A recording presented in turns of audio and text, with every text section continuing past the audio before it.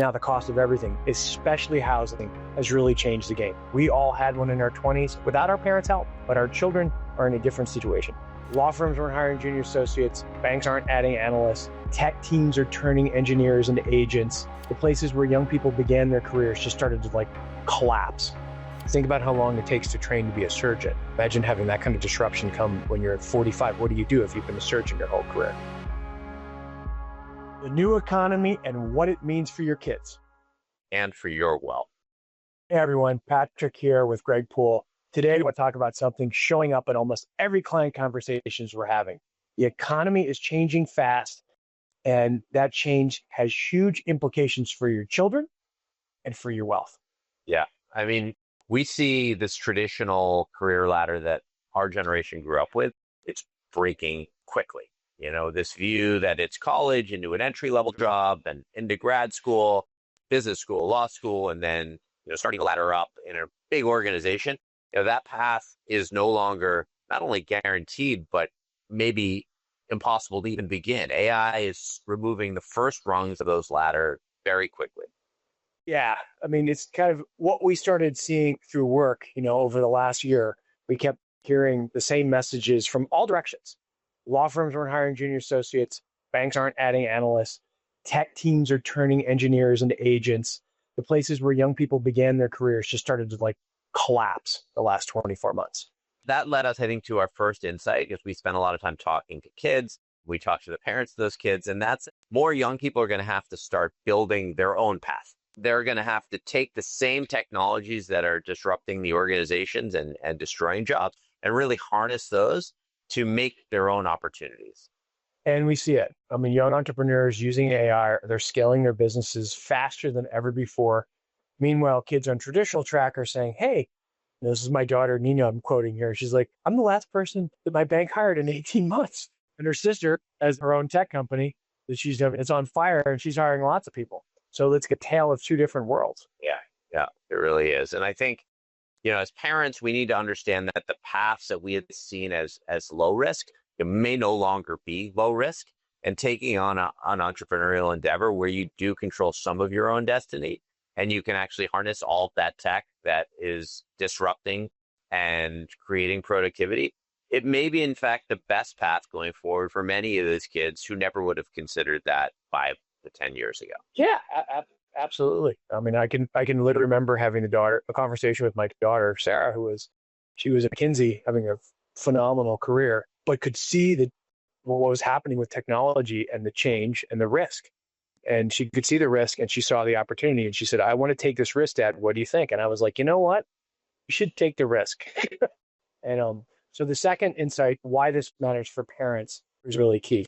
Yeah, I mean, we started to, I think, make a bridge that all this matters not just for the kids, but it also matters for the parents and for how the parents invest. And so when we look at this, we see that the parents can't really just invest anymore for your own retirement.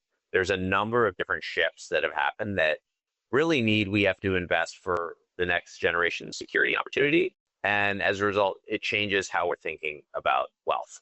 There are a couple of major drivers behind this. First, it's inflation, right? This inflation that's come about is a real issue. 5 years ago, no one was talking about this stuff, but now the cost of everything, especially housing, has really changed the game. If you want to have grandchildren, your children need stability to get married and have kids. And that stability has traditionally come from a house. We all had one in our 20s. All of our friends had one in their 20s without our parents' help, but our children are in a different situation. Yeah, it's really a major change. And then the second is, as we think more about these shifts from technology, the implications for careers, of course, we're talking about AI, but it's going to be robotics, quantum. You could have a child that's arriving today and completely obsolete in 8 years in terms of what they're doing. These are rapid changes that mean, again, they have implications for their careers and, again, for starting their own businesses and the capital that takes. And just to be clear, Elon Musk is talking about his robots performing surgery. Think about how long it takes to train to be a surgeon. Imagine having that kind of disruption come when you're 45. What do you do if you've been a surgeon your whole career? We've never contemplated this much change. And we think people are going to have to really, truly build their own path. Learn how to build and run your own business. It's going to be a thing for a lot more people, especially for those people who don't want to work for an AI program. Because imagine working for a mega bank, what that's going to be like. They're going to be literally like, they're going to know how much you're breathing all day long. I mean, it's going to be awful. Yeah. No, I mean, let's be honest. If a young person doesn't build something of their own or build capital early, they could spend a lot of their career reporting to an AI system, not a boss, a machine. And I don't think, Pat, you would do well reporting to a machine. No, I don't think I think my career would be very short. So that's not the future that most parents obviously want for their kids. And so if it means that your wealth strategy has to evolve to really think about this next generation in a different way. Yeah. So why don't you talk a little, what does this mean for the framework that we give to our clients? Well, I mean, I think number one is you're going to have to invest a little bit like a younger person because you're going to be investing for these younger families a little bit more. So I think people are going to have to probably take more risk than they wanted to. And it's not because you need to, it's because your kids are going to really need this capital. And the second thing is you're going to have to partition money for specific things like housing.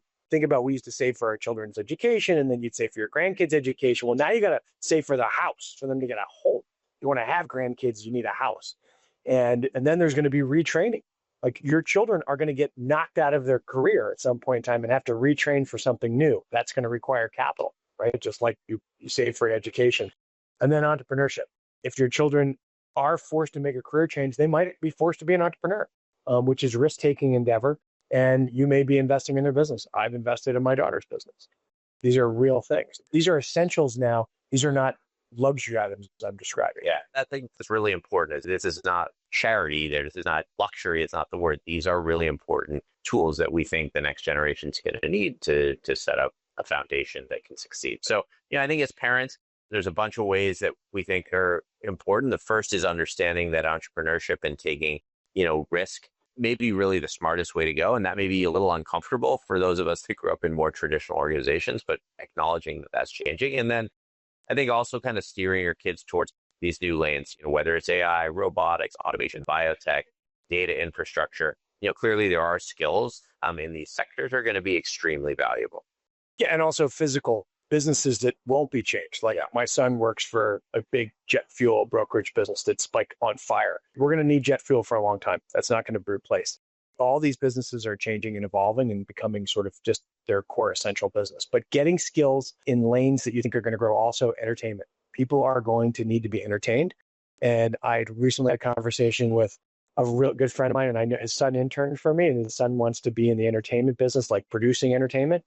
And his dad didn't like it. And I said, you know what? This might be a good idea. This is a big category now. People are going to have a lot more free time. Yeah, look, I mean, I think the next change is going to bring a tremendous amount of change, maybe more than we've had. And I think, families need to adapt, not with fear, but with a strategy. And I think, positioning your own wealth to support your kids through this transition to really help them thrive. And I think relying on the old playbook, I think the future may be harder than anyone expects. So I think work to change the mindset. We're trying to communicate this because it's something we think a lot about. Yeah. And look, we're here to help your family navigate this either through planning and investment process and just otherwise, love to talk to your kids and try to help them think through these things. What are the lanes you want to be in? What are the skills you need to get to win in this new period? And this is a real serious thing because look, accumulating wealth is one thing, but what we all really want is to have successful families. We want the next generation to do well. Otherwise, what's the point? And so thinking thoughtfully about all of these things, directing your wealth, directing your family energy in the right direction to win the future is really important. And we're here to help. Thanks for listening and look forward to hearing back from you.